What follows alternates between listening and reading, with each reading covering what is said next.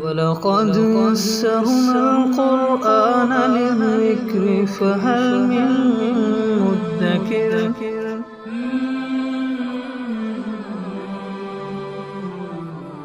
سورۃ البقرہ آیت نمبر 60۔ اعوذ باللہ من الشیطان الرجیم، بسم اللہ الرحمن الرحیم۔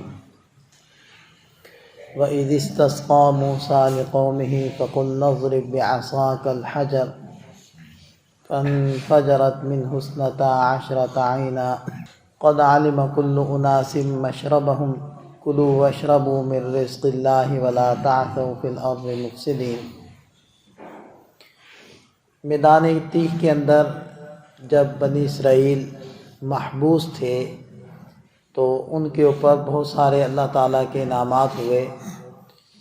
ان میں سے ایک یہ پانی والا انعام بھی تھا، جیسے کہ سابقہ آیات میں گزرا ہے کہ من و سلوہ تو ان کو مل رہا تھا، لیکن پانی نہیں تھا، تو انہوں نے حضرت موسیٰ علیہ السلام سے مطالبہ کیا، اور تو حضرت موسیٰ علیہ السلام نے دعا مانگی۔ وَإِذِ اسْتَسْقَىٰ، اور وہ وقت یاد کرو جب پانی طلب کیا موسیٰ علیہ السلام نے لِقَوْمِهِ، اپنی قوم کے لیے۔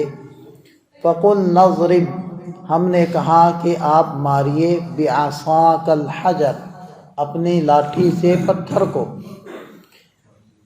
کو صرف ایسے لاٹھی ماریے۔ فَانْفَجَرَتْ، تو پھوٹ پڑے، من اثنتا عشرۃ عینا، اس پتھر سے اثنتا عشرہ، 12 عیناً چشمے، کیونکہ بنی اسرائیل 12 گروہوں پر مشتمل تھی، کیونکہ حضرت یعقوب علیہ السلام کے 12 بیٹے تھے، تو ان کی جو آگے اولاد تھی تو 12 خاندان، تو وہی چل کر پھر آگے 12 قسموں پر منقسم ہو جاتے تھے۔ تو انتظامی امور تھے، انتظامی طور پر ان سارے قبائل کو الگ الگ ہی رکھا جاتا تھا مختلف امور میں، تو ہر ایک کے لیے الگ چشمہ وہ متعین کر دیا گیا کہ تم نے اس سے پانی پینا ہے۔ اور یہ کوئی عجیب بات بھی نہیں ہے، دیکھیں اس سے ملتا جلتا معجزہ تو آج بھی باقی ہے، اور وہ موجود ہے، اور وہ ہے آب زمزم والا۔ آب زمزم بھی جو نکل رہا ہے وہ ایک پتھر سے ہی تو نکل رہا ہے، اور نکلتا چلا جا رہا ہے، اور موٹریں لگی ہوئی ہیں مسلسل اس سے پانی نکال رہی ہیں، اور مسلسل وہ پانی پیا جا رہا ہے، اور مسلسل لے جایا جا رہا ہے، لیکن نہ کم ہوتا ہے نہ ختم ہوتا ہے، اور وہ صدیوں سے بہتا چلا جا رہا ہے۔ تو ایک کتنا بڑا طبقہ وہ اس سے سیراب ہو رہا ہے، بابرکت پانی۔ تو اسی طرح وہاں صحرا کے اندر، میدان تیہ کے اندر، حضرت موسیٰ علیہ السلام نے جب لاٹھی ماری تو اس پتھر سے چشمہ پھوٹ پڑا۔ اب کیا اس میں بعید کوئی ایسی بات نہیں ہے کہ جب پتھر کے اندر اللہ تعالیٰ یہ صلاحیت رکھ سکتے ہیں کہ وہ لوہے کو کھینچے، تو کسی پتھر میں اللہ تعالیٰ یہ صلاحیت پیدا کر دیں کہ وہ پانی کو، زمین سے پانی کو اپنے اندر جذب کرے اور پھر نکالنا شروع کر دے، یہ تو اللہ کی قدرت۔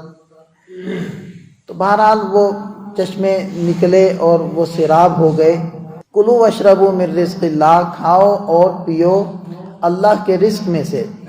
اب کھانا پینا جب ہو جائے اور کو کرنے کے لیے کوئی کام ہونا، نہ کھیتی باڑی کرنی ہو نہ کوئی اور کام کرنے ہو، تو عام طور پر آدمی میں سرکشی پیدا ہوتی ہے، کھا لیا پی لیا فارغ ہو گیا تو شرارتیں کرتا ہے۔ تو پھر آگے فرما دیا وَلَا تَعْثَوْا فِي الْأَرْضِ مُفْسِدِينَ، اب زمین میں اودم مچاتے نہ پھرو، فساد مچاتے نہ پھرو، اب انسان بنو اور بندوں والے کام کرو، بندگی والے کام کرو، اب فساد نہیں مچانے۔